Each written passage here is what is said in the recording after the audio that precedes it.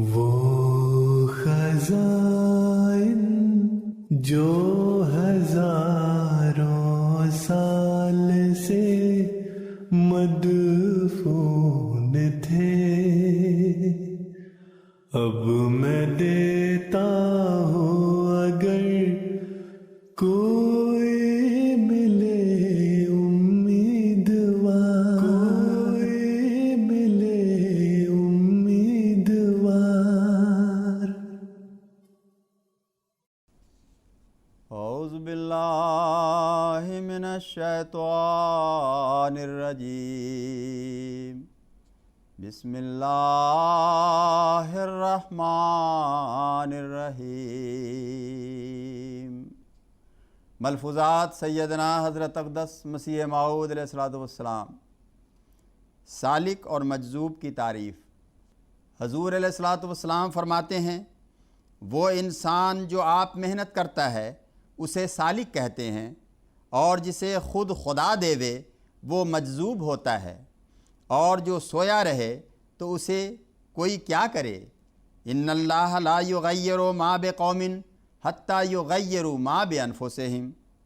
بات سن کر صرف کان تک رکھنے سے فائدہ نہیں ہوتا، جب تک دل کو خبر نہ ہو انسان ایک دو کاموں سے سمجھ لیتا ہے کہ میں نے خدا کو راضی کر لیا، حالانکہ یہ بات نہیں ہوتی۔ پھر حضور علیہ السلام اطاعت کی حقیقت بیان کرتے ہوئے فرماتے ہیں، اطاعت ایک بہت بڑا مشکل امر ہے۔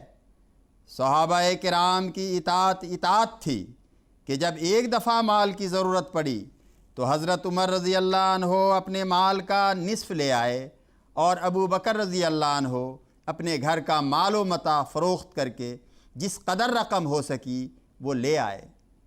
پیغمبر خدا صلی اللہ علیہ وسلم نے حضرت عمر سے سوال کیا کہ تم گھر میں کیا چھوڑ آئے؟ انہوں نے جواب دیا کہ نصف۔ پھر ابو بکر رضی اللہ عنہ سے دریافت کیا، انہوں نے جواب دیا کہ اللہ اور اس کا رسول گھر چھوڑ کر آیا ہوں۔ رسول اللہ صلی اللہ علیہ وسلم نے فرمایا کہ جس قدر تمہارے مالوں میں فرق ہے اسی قدر تمہارے اعمال میں فرق ہے۔ کیا اطاعت ایک سہل امر ہے؟ جو شخص پورے طور پر اطاعت نہیں کرتا وہ اس سلسلہ کو بدنام کرتا ہے۔ حکم ایک نہیں ہوتا بلکہ حکم تو بہت ہیں۔ جس طرح بہشت کے کئی دروازہ ہیں کہ کوئی کسی دروازہ سے داخل ہوتا ہے، کوئی کسی سے، اسی طرح دوزخ کے کئی دروازہ ہیں۔ ایسا نہ ہو کہ تم ایک دروازہ تو دوزخ کا بند کرو اور دوسرا کھلا رکھو۔ ہمارے لیے تو دوہرا وقت ہے۔ گورنمنٹ بھی ایک طرح سے مخالف ہے، کیونکہ اگر گورنمنٹ کو ہم پر ایمان ہوتا تو وہ ہم سے کہتی کہ دعا کرو۔ ادھر اخباروں نے شور مچایا ہے کہ ہم گورنمنٹ کی مخالفت کی لوگوں کو تعلیم دیتے ہیں۔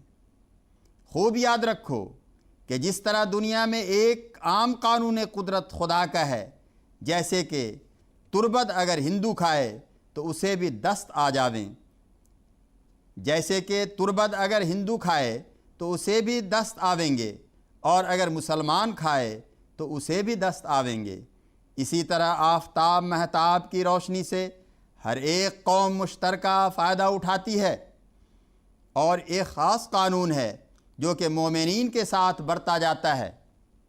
وہ بہت لذیذ اور شیریں ہیں اور بہت سے پھلوں سے بھرا ہوا ہے، اور ان پھلوں کے اندر شیرہ بھرا ہوا ہے، نہ کہ نشتر۔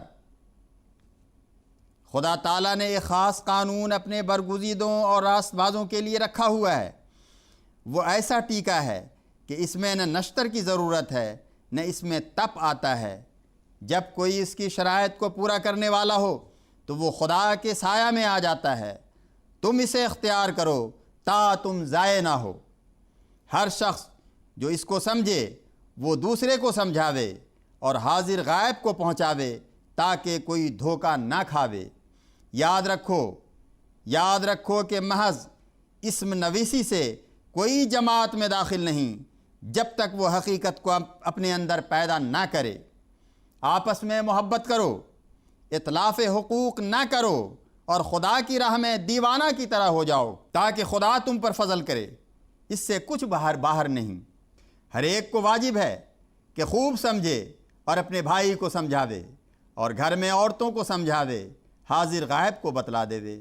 دھوکہ کھانے والے بہت ہوں گے، کیونکہ ابتدائی حالت سے اسم نویسی کروا کر یہ کوئی خیال نہ کرے کہ صرف اتنے ہی فعل سے وہ خدا کی حفاظت میں آ گیا۔ اللہم صلی علی محمد وآل محمد وبارک وسلم انک حمید مجید۔